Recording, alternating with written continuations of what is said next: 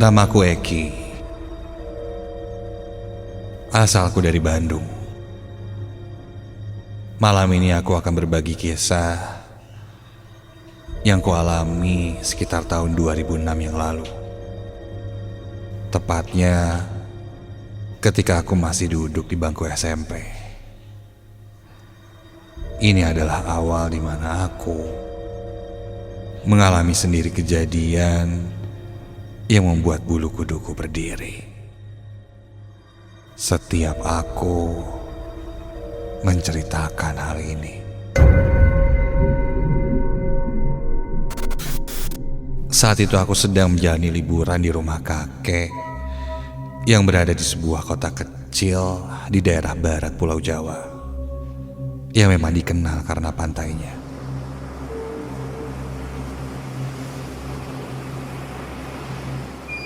Sebagai gambaran, rumah kakekku ini adalah sebuah bangunan bertingkat 3 yang cukup besar dengan desain arsitektur khas bangunan klasik zaman dulu yang lokasinya berada di daerah perkampungan dekat pantai. Siang itu aku bersama 5 sepupuku, 2 laki-laki yang namanya Adit dan Ivan, dan 3 perempuan lainnya, Devi, Tiara, dan Arini, sedang bermain di lantai 2 rumah itu.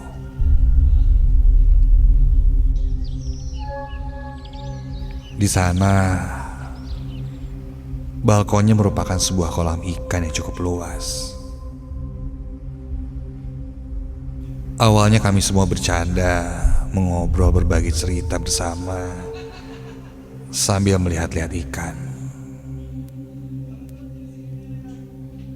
Suasana rumah saat itu sedang sepi, karena biasanya jika siang hari memang kakek dan nenekku sedang berada di toko untuk berjualan dan akan pulang sebelum maghrib. Sedangkan orang tuaku pasti ikut membantunya di sana. Salah satu sepupuku kemudian mengusulkan untuk bermain di petak umpet karena kondisi rumah yang sedang sepi.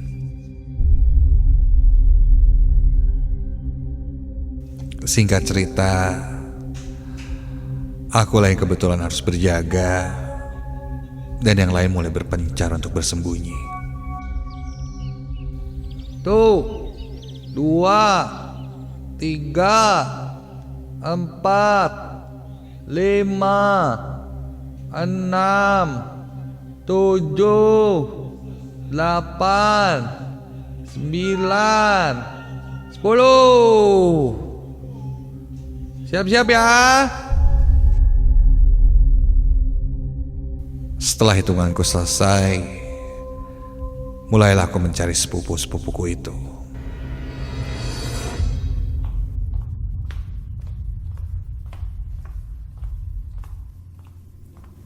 Setiap ruangan aku telusuri, mulai dari area sekitaran balkon, masuk ke ruang tengah, lalu menyusuri lorong menuju kamar-kamar. Saat aku menyusuri lorong sekitar 5 meteran di depan, aku melihat ada sebuah mesin cuci yang bersandar pada tembok lorong menghadap salah satu kamar. Dari celah mesin cuci itu, sepintas kulihat ada yang duduk di samping mesin cuci itu. Karena gelap, terlihat seperti bayangan. Aku mulai menebak-nebak, siapa ya yang bersembunyi di dekat mesin cuci itu.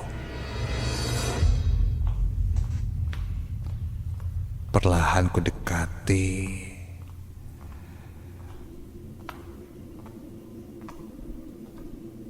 dan ketika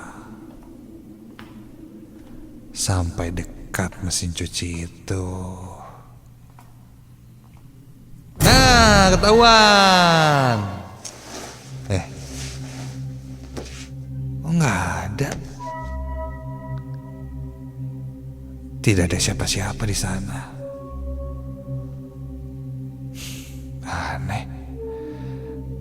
Aku coba periksa lagi sekitar mesin cuci itu. Ternyata di belakangnya ada 2 kamar mandi. Apa mungkin dalam kamar mandi ya? Ketika aku cari ke kamar mandi,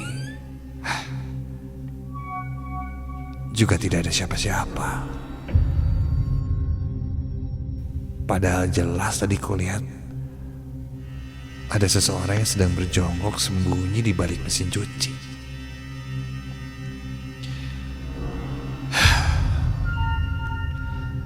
Karena tidak menemukannya di sana, aku pun periksa seluruh lantai. Setiap kamar yang ada, ku buka, tapi aku tidak menemukan mereka. Mana sih? Tak lama setelah itu, telepon di rumah kakek berbunyi. Buru-buru aku menuju telepon dan mengangkatnya.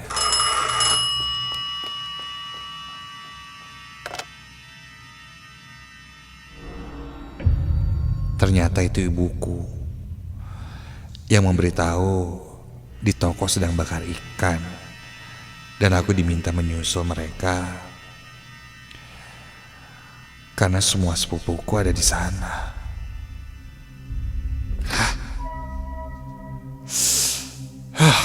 Sial.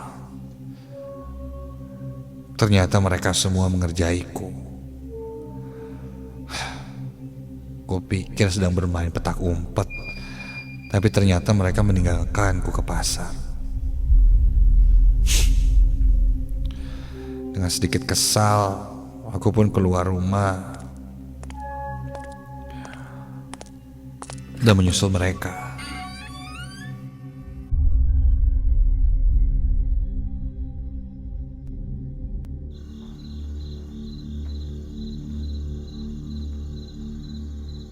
Malam pun tiba. Saat itu menunjukkan jam 7 malam. Setelah makan dan ini itu, kami pun pulang dari toko kakek. Saat itu aku pulang bersama Ivan berjalan kaki, sedangkan yang lainnya menggunakan ojek. Di perjalanan, Ivan berkata padaku, ia ingin pulang dulu, mengambil baju karena nanti akan menginap di rumah kakek. Rumah Ivan memang tidak jauh dari arah rumah kakek, hanya berbeda gang saja. Ia pun menyuruhku pulang duluan ke rumah kakek dan jangan dulu masuk ke kamar yang akan kami tiduri di lantai 3. Karena katanya ada yang mau dia ceritakan padaku.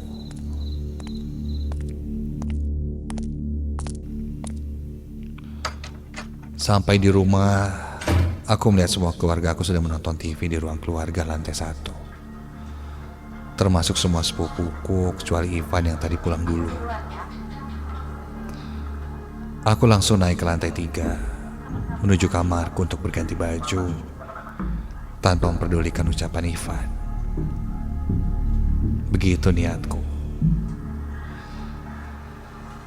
Saat menuju ke lantai 3 dan menaiki tangga menuju lantai 2, aku lihat suasana di lantai 2 sangat hening.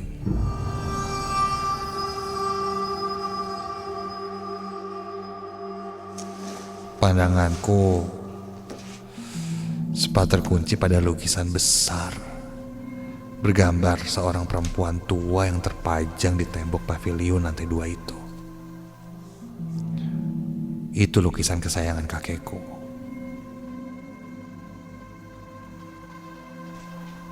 Aku pun lanjut melangkahkan kaki menuju ke lantai 3. Saat aku akan menaiki tangga, mataku menoleh ke arah lorong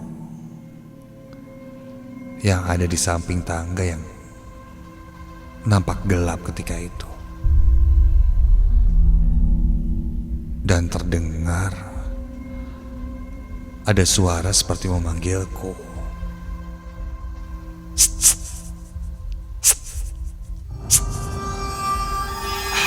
Siapa sih? Dilihat pun gelap.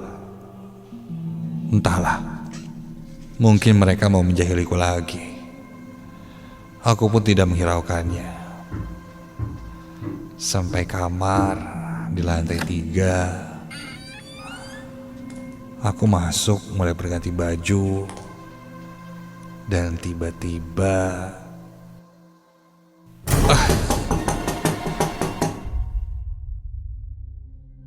ada yang mengetuk jendela. Karena aku malas membuka tirai gorden yang menutup jendela, dan karena tahu mungkin itu Ivan yang sedang iseng saja, aku pun berteriak, "Van, nggak usah iseng deh, masuk aja cepet."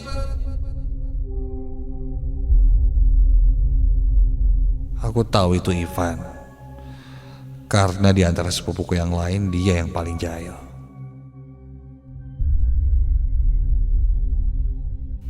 Namun jendela itu terus diketuk, dan ketukannya semakin keras. Apaan sih Ivan nih? Karena kesal, muncul niat jahilku. Aku lihat ada sebotol air mineral, dan aku berniat mau mengagetkan Ivan sambil kusiram dengan air itu. Aku kemudian buka pintu kamar, langsung ke arah pintu jemuran di sebelahnya. Karena di balik jendela kamarku itu adalah halaman jemuran. Dan aku yakin Ivan sedang mengetuk-ngetuk jendela dari sana, dan mungkin dia sedang bersembunyi di sana. Baru saja aku akan pergi ke halaman jemuran, pintunya terkunci. Dan jelas terlihat pintu ini terkunci dari dalam. Artinya jika itu Ivan, dia lewat mana?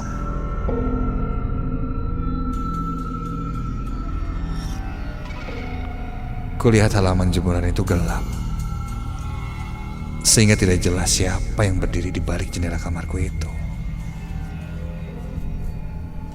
Ada rasa ragu dalam diriku untuk membuka pintu. Ditambah tubuhku mulai merinding. Aku buru-buru kembali ke kamarku.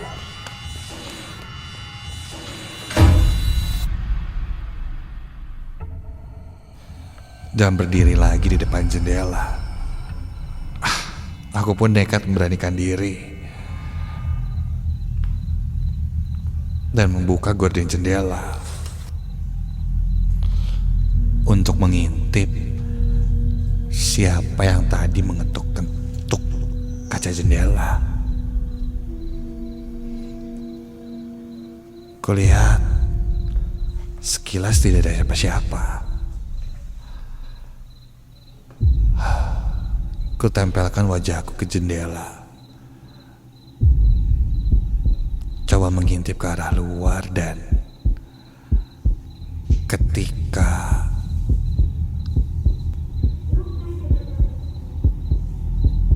kutempelkan wajahku ke jendela,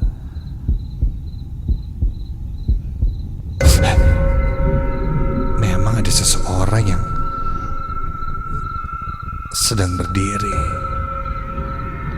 namun kini agak berjarak cukup jauh dari arah jendela. Kuperhatikan terus, sosok itu mulai mendekat, dan ketika aku coba tajamkan penglihatanku dengan menutup kiri dan kanan ujung mataku dengan tangan, astaga! Jantungku seakan mau berhenti ketika ada satu sosok yang tiba-tiba mendekatkan wajahnya ke arah jendela juga. Sehingga kini jarak kami sangat dekat. Sosok itu terbungkus kain putih, kusam dengan mata yang melotot. Seketika itu, aku langsung meloncat kaget menjauhi jendela dan langsung berlari turun ke bawah.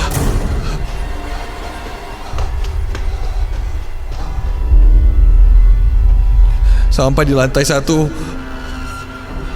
keluargaku bertanya kenapa. Aku terlihat panik. Aku pun tidak langsung menceritakan apa yang kulihat.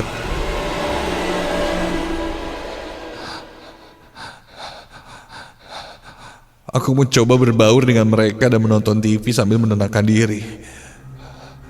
Sosok apa yang kulihat entahlah. Yang jelas, kulihat wajahnya seperti terbalut kain putih. Matanya menatap tajam ke arahku. Dan jaraknya sangat dekat meskipun di balik jendela.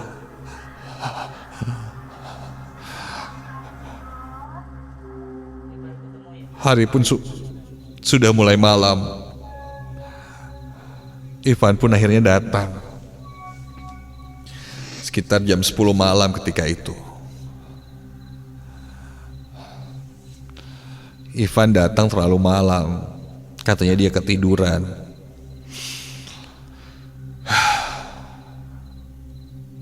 Aku pun langsung menceritakan apa yang kualami tadi di lantai 3. Ivan malah menertawaiku dan mengatakan kalau aku penakut.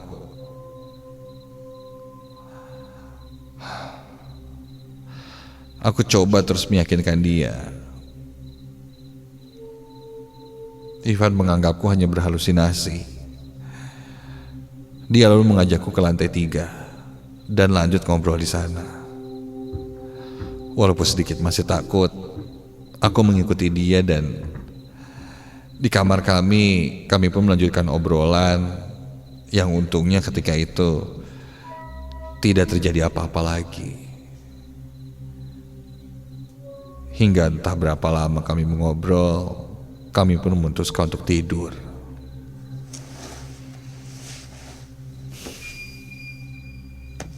Sampai di tengah-tengah tidur, aku terbangun ketika aku merasa seperti ada yang menggerak-gerakkan kakiku.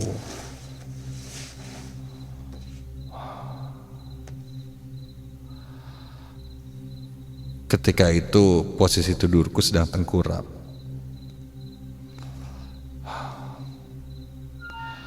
Jelas sekali ada yang menggerakkan kakiku. Namun ketika aku akan mencoba membuka mata dan mencoba berbalik badan, entah kenapa badan ini terasa sangat berat dan susah digerakkan. Untuk bicara pun aku tidak bisa. Apa ini hanya mimpi? Ataukah aku mengalami erep-erep, entahlah. Aku coba membuka mata dan menoleh mata ke arah punggungku.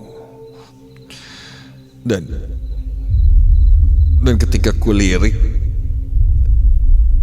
ke arah punggungku, ya Tuhan, dari ujung mataku saja aku bisa melihat ada sesosok makhluk yang terbungkus kain putih itu sedang menduduki kakiku, namun tidak terlihat jelas wajahnya karena dia duduknya membelakangiku.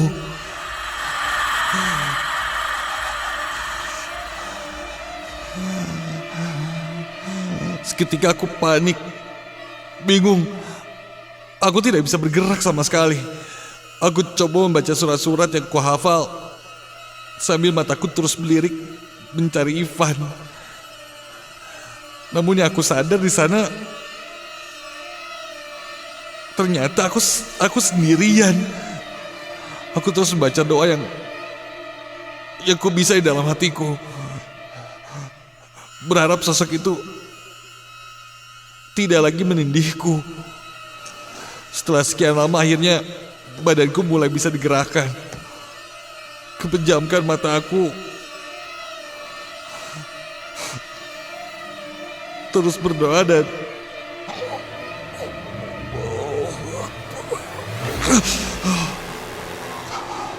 ketika aku buka mata lagi, sosok itu sudah hilang.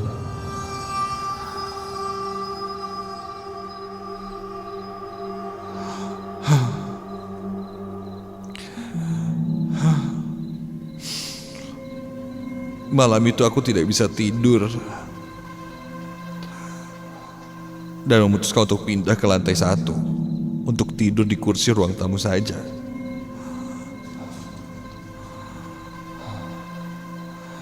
Dan Ivan pun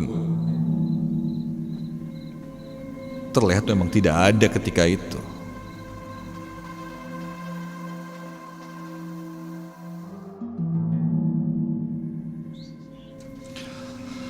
Keesokan harinya saat bangun, aku bertanya pada Ivan, kemana semalam?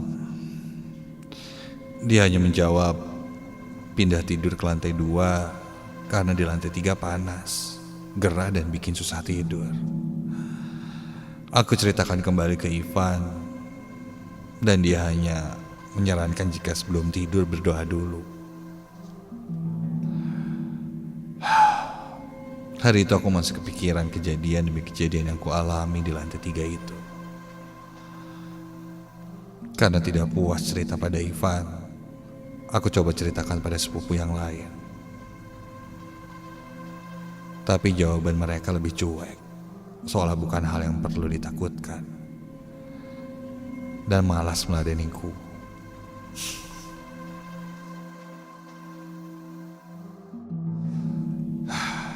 Singkat cerita, waktu pun memasuki malam.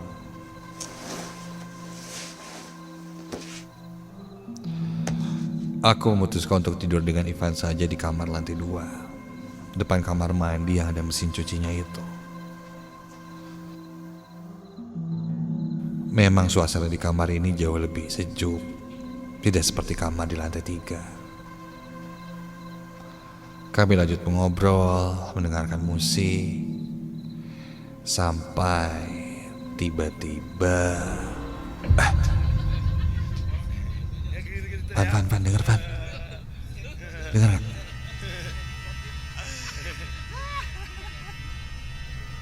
Terdengar ada suara gaduh di lantai 3. Ivan bilang suaranya dari arah kamar.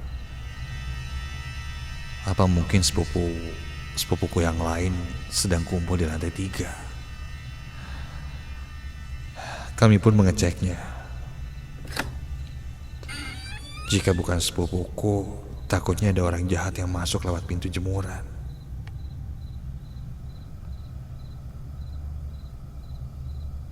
Kami pun berjalan perlahan, melangkahkan kaki menaiki tangga ke kamar di lantai 3 itu. Semakin dekat kami, semakin bisa mendengar jelas suara gaduh yang berasal dari sana.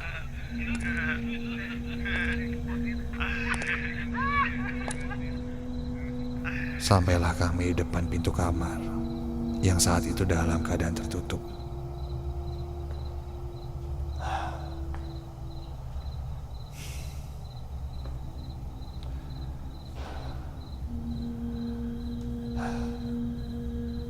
Awalnya kami sempat takut jika itu bukan sepupu-sepupu dan ternyata maling. Bagaimana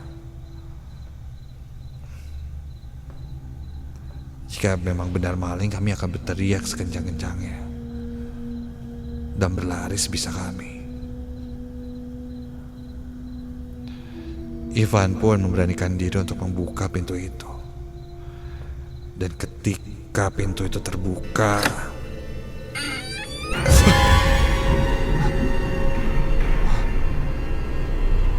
Kami berdua kaget luar biasa ketika di kamar itu tidak ada siapa-siapa. Kosong. Sampai di tengah keheningan itu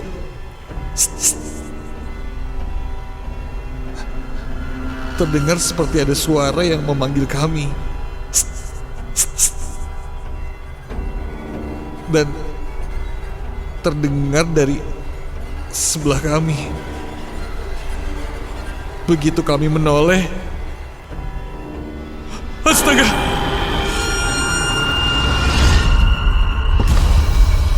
Terlihat di atas lemari kayu yang ada di kamar itu tengah duduk sosok pocong yang menjuntaikan kakinya sambil matanya melotot memandang kami. Bibirnya berdesis seperti mengangguk memanggil-manggil kami ketika itu.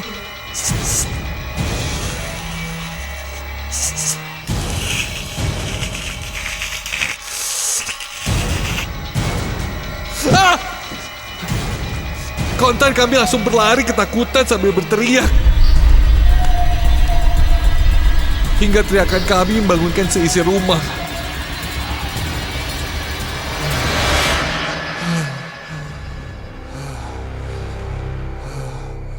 Semua pun berkumpul di lantai 1. Aku mulai menceritakan apa yang kualami. Kakek dan nenekku pun mendengarkan apa yang kualami. Dan katanya kejadian itu sudah sering mereka alami. Dan bukan cuma aku dan Ivan yang mengalaminya. Beberapa kerabat serta saudara yang tidur di lantai 3 memang sering diganggu.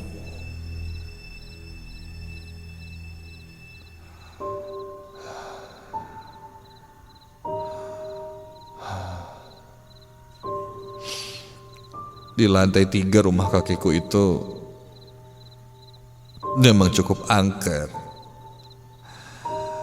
Ternyata banyak cerita di sana. Sempat ada anak uaku yang tinggal beda kota dan melihat 3 orang perempuan pakai kebaya ungu di sanggul berdiri malam-malam di ujung halaman jemuran dan memandang ke bawah jalan dari lantai 3. Kemudian beberapa minggu lalu bahkan ada tetangga yang melihat keranda mayat terbang di atas lantai 3 rumah kakek. Bahkan jika siang hari rumah sedang sepi, banyak tetangga yang sering kebetulan lewat rumah kakek dan melihat ada sosok perempuan berdiri di lantai 3 rumah itu dengan tatapan tajam ke arah mereka.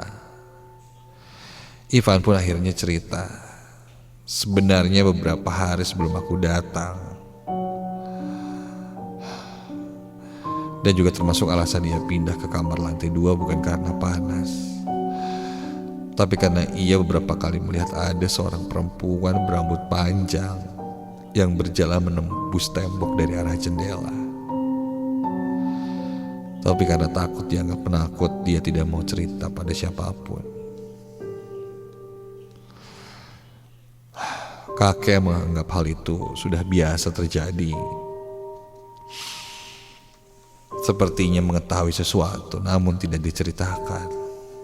Hingga sampai sekarang lantai 3 di rumah kakekku itu masih menjadi sebuah misteri yang belum terjawab.